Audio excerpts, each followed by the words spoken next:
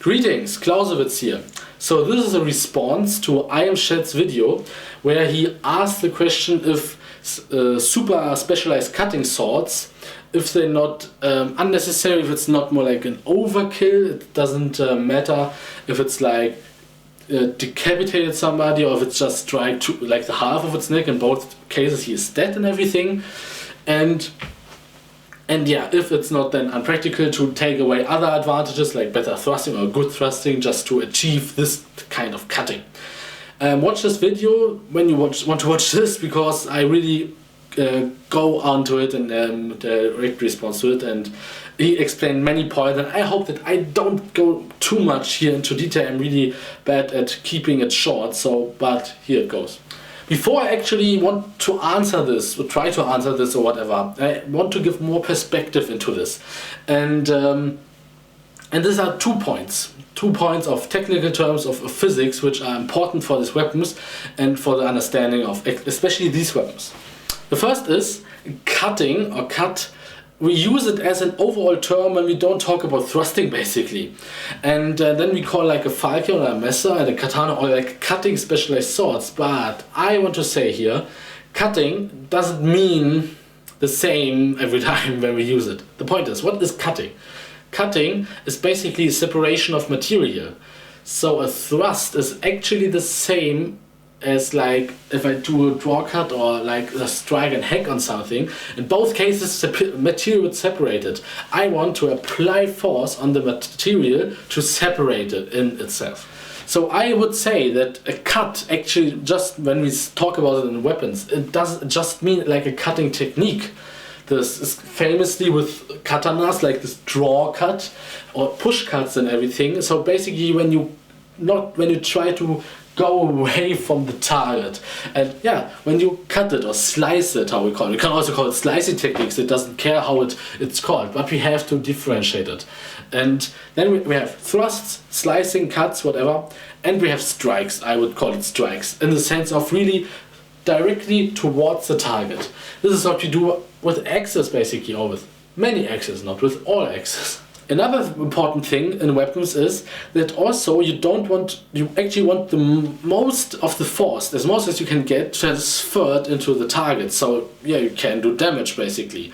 And a thing which can prevent this is when basically the weapon flexes basically too much. So when the material of the weapon or the design to it and the combination with the material gives in. And this is also important. This is the reason why a bronze sword doesn't cut so deep as a steel sword, even it's like the same design, because the bronze is much more easier to bend, much more easier to break. Maybe not to break, it would be bent more than breaking, and this is something which is not the case with steel. Steel takes a lot more force to bend, to break, and actually bending is also when it breaks. And this is the thing about physics, it's actually so similar to each other.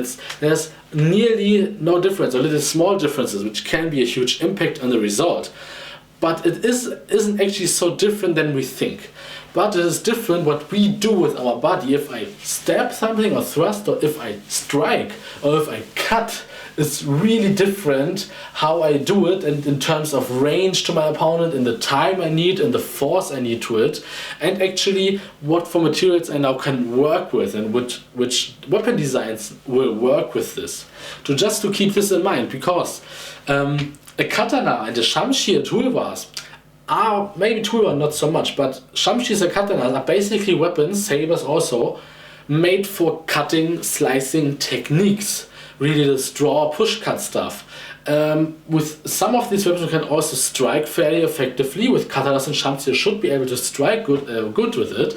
Of course the shamshi doesn't thrust so well because it's such a huge bend or curvature. But the katana can thrust fairly good, and with sabers it's similar. But the saber actually can't strike so good anymore because the blade is so thin that it flexes so much that you take the energy which could go in the target into the movement of the blade. Energy, the force has to go somewhere.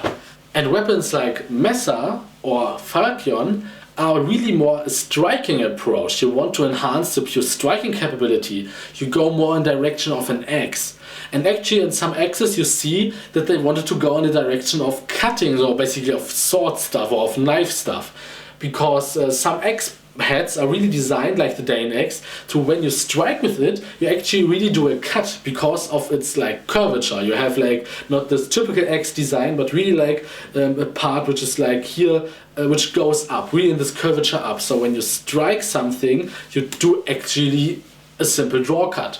So we try to combine and to make things easier to just do the most damage we can. And so now to come to this question, because I would actually say yes and no to this thing. When we compare weapons with our knowledge today, with our test capabilities, and with our measurements to prove it, actually we can measure everything and put it in against each other, and we can actually find out which has the most practical design, or which has the most practical design towards cutting, towards striking, towards thrusting. This is something we have the knowledge for, and we compare all these things for this one question. Actually, I think we do it too narrow. We really just asked, oh, what is the best in cutting, what is the best in this, and what is the best in this. But we won't consider, like, you have to fight towards many months, or you have to actually maintain the weapon for a long period of time, or you have to fight with it even if it's not sharp enough. Because in the battle, which can last hours, and even you can be forced to fight hours straight on, a weapon will get dull, and you can't know how dull, because you will strike different materials out of different angles with different amount of force.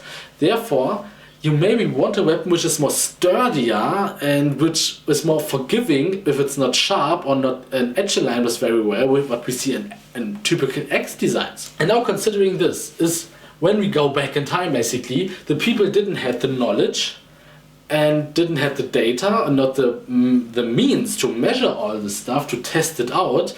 They needed like obvious simple evidence. So basically often they would go what was already successful, what successful people used. They wouldn't know why the knight was so good with his sword, but they started using swords because successful people just also use it. This is basically fashion.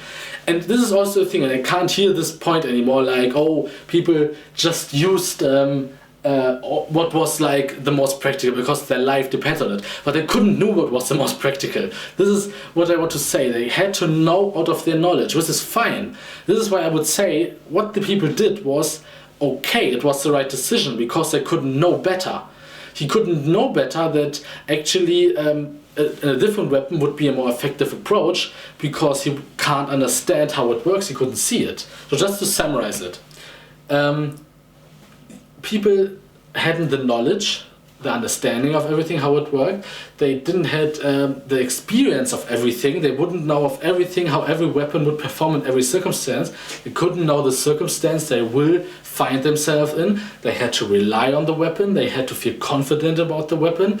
And therefore they would just choose something they would think was the right decision. And this could be influenced by so many things. Fashion, what they know about war, what they heard about war, what people maybe said about out of legends or out of lying or whatever, or just to sell a product. He said, oh, this is like a best weapon for this and this. Or they actually would go what they experienced maybe in war and change it later. But also you had to consider they needed the wealth for this. They had to buy the weapons, everything. Even if the state would provide weapons, the state has then also invest resources into this. And so I would say actually that when weapons had overkill, with what can we actually figure out today, it would still be necessary because the people couldn't know better. They couldn't actually design something else or couldn't actually defend themselves, because if you don't, if you fail the edge alignment on an arming sword, it is fairly ineffective. If you fail the edge alignment on an axe and on a club or on a mace, it actually doesn't matter anymore. Then you will do fair amount of damage. And this is also for a Messer the same thing, because the Messer, thick spine, broad blade and everything, it is more forgiving to a lack of technique or to failure of technique. And so yeah, this is like my arguments, my approach on this whole topic. But surely weapons had their flaws. Weapons had overkill capabilities which were fairly unnecessary and would make the weapon ineffective in the sense of when you would know all about the weapon, how to use it. But this is like I said, this is under the premise we know everything. What we almost can do. We can know almost every factor which will come into play, and we can test everything. We can test how this and this weapon will perform under these circumstances and everything. And we know of all the techniques we could apply to it. So basically I could go and learn longsword techniques, buy a good longsword, also know that it is a good longsword because I can actually prove that the material is good, and then I can go fairly confident in war basically, even if it's not practical today anymore. But this is what I just want to explain here. So hopefully this helped something, or if somebody has something to say to this, then let me know in some way or another, and hopefully see you soon.